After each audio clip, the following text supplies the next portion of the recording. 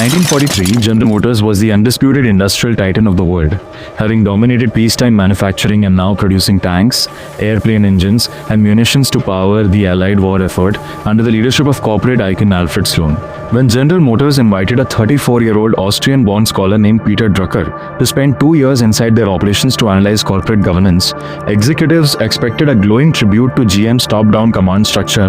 Instead, in 1946, Drucker published Concept of the Corporation, dropping an intellectual bombshell by arguing that an enterprise is not merely a machine of capital, but a human community where treating workers as disposable cogs would ultimately guarantee long-term stagnation. Sloan was so displeased that the book was famously ignored within GM's executive suites, yet over the subsequent decades, the legacy titans that treated employees like industrial hardware lost their edge, while organizations that embraced Drucker's principles, from post-war Japanese pioneers like Toyota and Sony to modern tech innovators, rewrote global business history. Drucker became the father of modern management by recognizing that the mid-20th century was undergoing a seismic transition away from Taylorism, where managers used stopwatches to measure physical laborer output, toward the rise of what he coined in 1959 as the knowledge worker, an individual whose mind is the primary economic asset and who carries the means of production between their own ears. Because intellectual capital cannot be commanded like factory machinery, Drucker introduced 3 transformative principles. First, the purpose of a business is never merely to maximize short-term profit,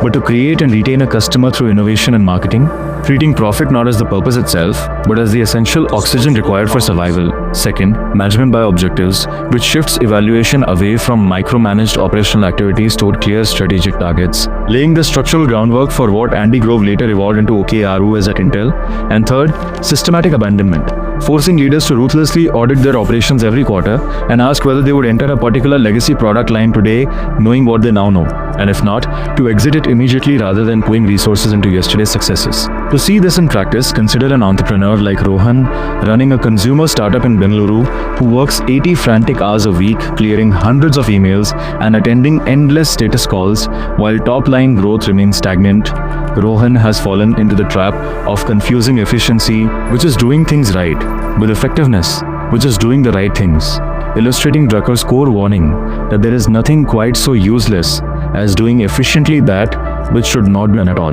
The universal reason so many organizations still stumble is what Drucker termed the activity trap, where insecure managers substitute bureaucratic motion and endless meetings for genuine results, forgetting that management is ultimately about making human strengths effective and human weakness irrelevant. Peter Drucker proved across 6 decades of scholarship that the most reliable way to predict the future is to create it through deliberate innovation.